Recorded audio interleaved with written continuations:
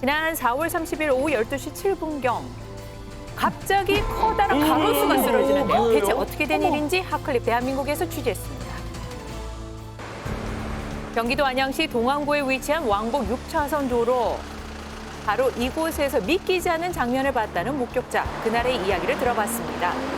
제가 이제 이거 유턴을 하려고 저기 부근에서 기다리고 있었거든요. 갑자기 저기 있는 나무가 쓰러지기 시작했죠. 갑자기?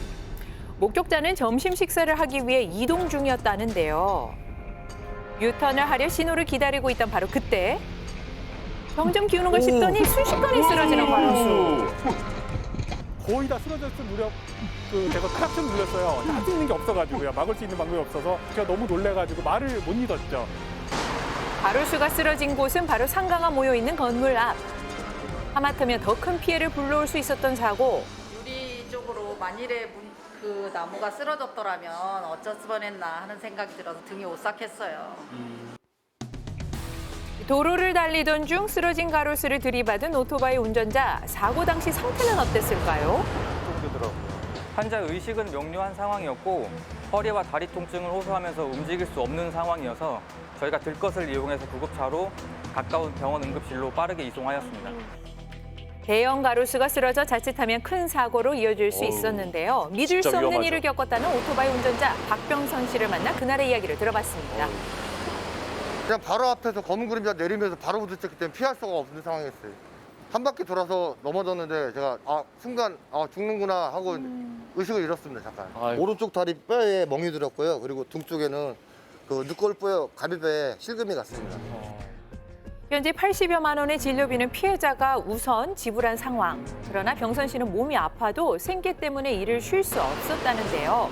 가로수로 인해 일어난 사고, 피해 보상은 어떻게 받을 수 있을까요? 시설물로 봐서 지자체 재산 같은 경우에는 지방 행정공제를 통해서 저희가 보험에 다 가입되어 있어요. 시설물들이 종합적으로 이제 판단해서 이제 보험회사에서 그거는 지급할 예정이에요.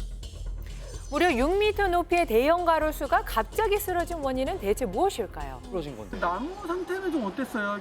완전히 툭툭 부러지는 상태가 돼 있었거든요. 봤더니 그냥 부두둑 부러지고요. 부스러기도 많이 떨어져 있죠, 이렇게. 예. 아, 썩었나? 2019년 7월 푸른 나뭇잎이 무성했던 가로수. 그러나 지난해 8월엔 앙상한 가지만 남은 가로수의 모습을 문제가 확인할 수 있었습니다. 혹시 가로수에 어떤 문제가 있었던 건 아닐까요?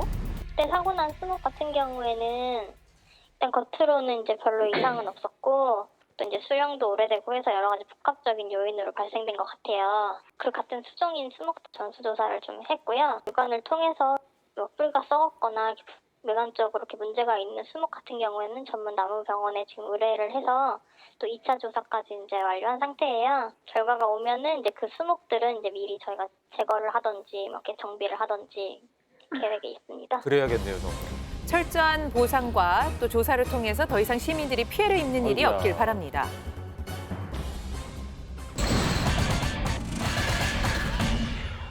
기름을 넣기 위해 주유소를 찾은 차량 한 대. 그 네. 옆에 주유를 하는 직원이 보이는데요. 네. 그런데 그날 밤 주유소에서 대체 어머머. 무슨 일이 벌어졌는지 알아봤습니다.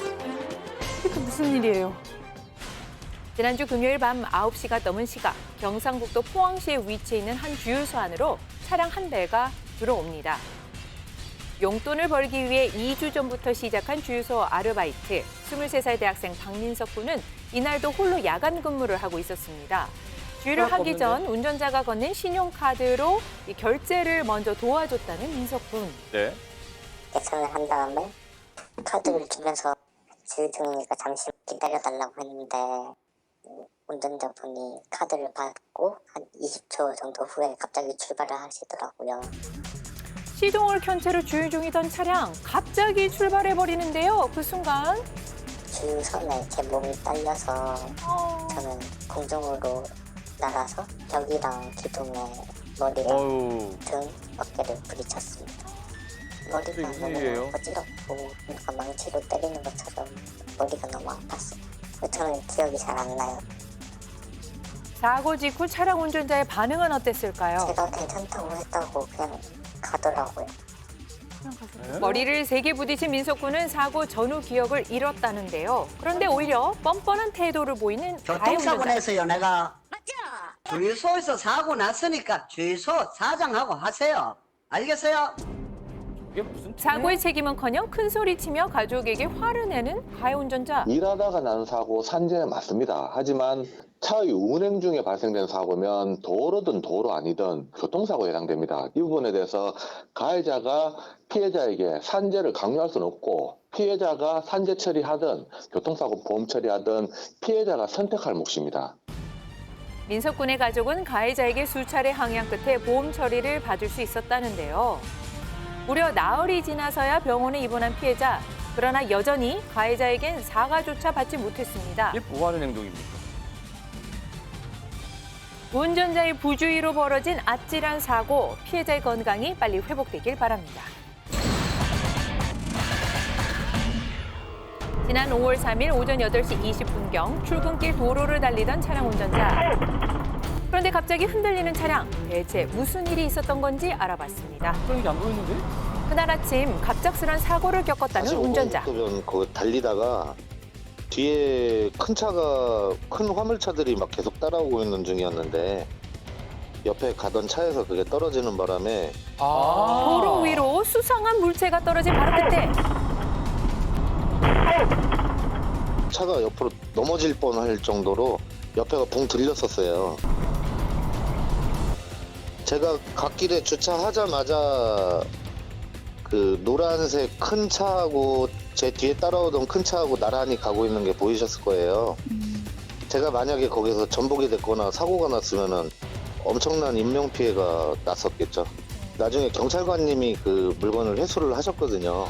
그랬더니 크기가 라면 박스 정도만 했어요. 25톤 차 바퀴를 움직이지 못하게 주차해놓고 받쳐놓는 그 고인목이라 그러더라고요. 제 전방에 아무것도 없었기 때문에 뭐 떨어져 있다고 생각지도 못했고 전방을 주시하고 달리고 있었는데도 옆에서 그렇게 튀어나와가지고 낙하물이 떨어질 줄 몰랐죠. 가해 운전자로부터 다행히 수리비는 보상받았다는데요. 고인목이 한순간 도로 위 흉기로 변한 아찔했던 사고. 매년 끊이지 않는 낙하물 사고에 대한 근본적인 해결책은 없는 걸까요? 1년에 수천 건 생기는 낙하물 사고에 대한 것들도 굉장히 여러 문제가 일으키고 있고 사망사고도 여러 건이 발생을 하고 있습니다. 폐쇄된 공간에 짐을 싣게끔 만든다든지 또 적재 방법에 대한 매뉴얼을 좀 더 강화시켜서 도로에서 생기는 어느 정도 방지하는 노력이 더더욱 중요한 시점이 아닌가 이렇게 보고 있습니다.